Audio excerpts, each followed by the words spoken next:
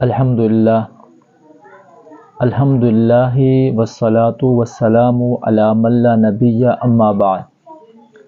آج میں آپ حضرات کے سامنے سرکار دو عالم صلی اللہ علیہ وسلم کی سرمگی آنکھوں کے متعلق ذکر کرنا چاہوں گا کہ پیارے نبی کریم صلی اللہ علیہ وسلم کی آنکھیں مبارک کیسی تھی۔ حضرات صحابہ کرام گہ بگہ اپنی محفلوں میں سرکار دو عالم صلی اللہ علیہ وسلم کی مبارک آنکھوں کا ذکر فرماتے۔ اکحل العینین کے الفاظ بھی حضور کی آنکھوں کے متعلق ذکر کیے گئے ہیں۔ بہرحال آپ صلی اللہ علیہ وسلم کی آنکھیں ایسی تھی جو سرمگی تھی۔ سرمگی کا مطلب یہ کہ آپ کی آنکھوں میں سرما نہیں لگا ہوتا تھا، پھر بھی محسوس ہوتا کہ سرما لگا ہوا ہے۔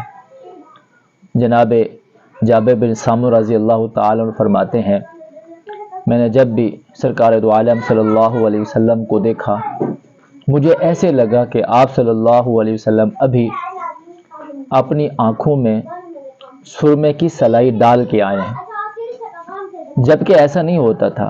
اللہ تعالیٰ نے آپ صلی اللہ علیہ وسلم کی آنکھوں کو قدرتاً سرمگی بنا دیا تھا۔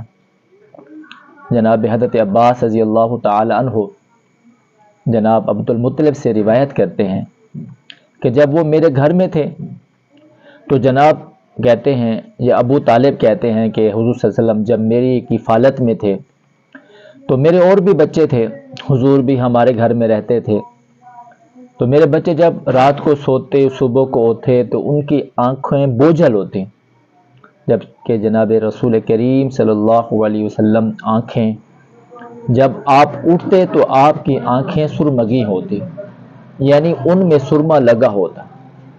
اللہ تعالیٰ نے آپ صلی اللہ علیہ وسلم کو ہمیشہ ہر چیز سے جو نوازا وہ اعلیٰ عطا فرمائی، تو آپ کو جو آنکھیں عطا فرمائی وہ سرمگی آنکھیں تھیں۔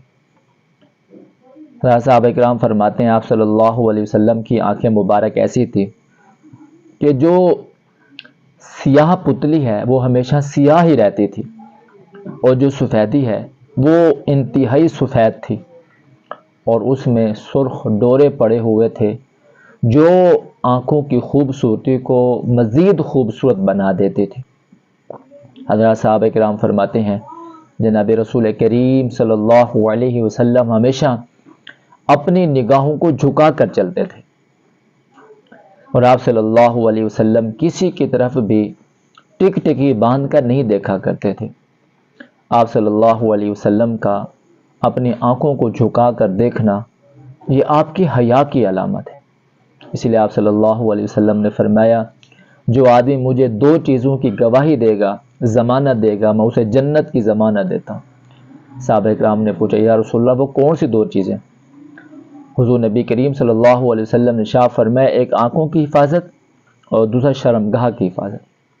جس نے آنکھوں کی حفاظت کی، غیر محرم سے اپنی آنکھوں کو بچایا، اور جس نے اپنی شرمگاہ کی حفاظت کی، فرمایا ایسے بندے کی میں جنت کی ضمانت دیتا ہوں۔ اللہ نے میرے نبی کریم صلی اللہ علیہ وسلم کو ایسا حسن و جمال عطا فرمایا تھا۔ کسی شاعر نے آنکھوں کے متعلق خوب کہا ہے کہ تمہارے رخ پر جمی ہیں آنکھیں، میں کیسے رخ سے ہٹاؤں اکھیاں، قسم خدا کی بڑے حسین ہو، میں کیسے آخر ملاؤں اکھیاں، حاکم یہ بات میں سوچتا ہوں، خود مصور نے پوچھا ہوگا، میں نقش تمہارے بنا رہا ہوں، بتاؤ کیسی بناؤں تمہاری اکھیاں۔ اللہ مجھے اور آپ کو عمل کی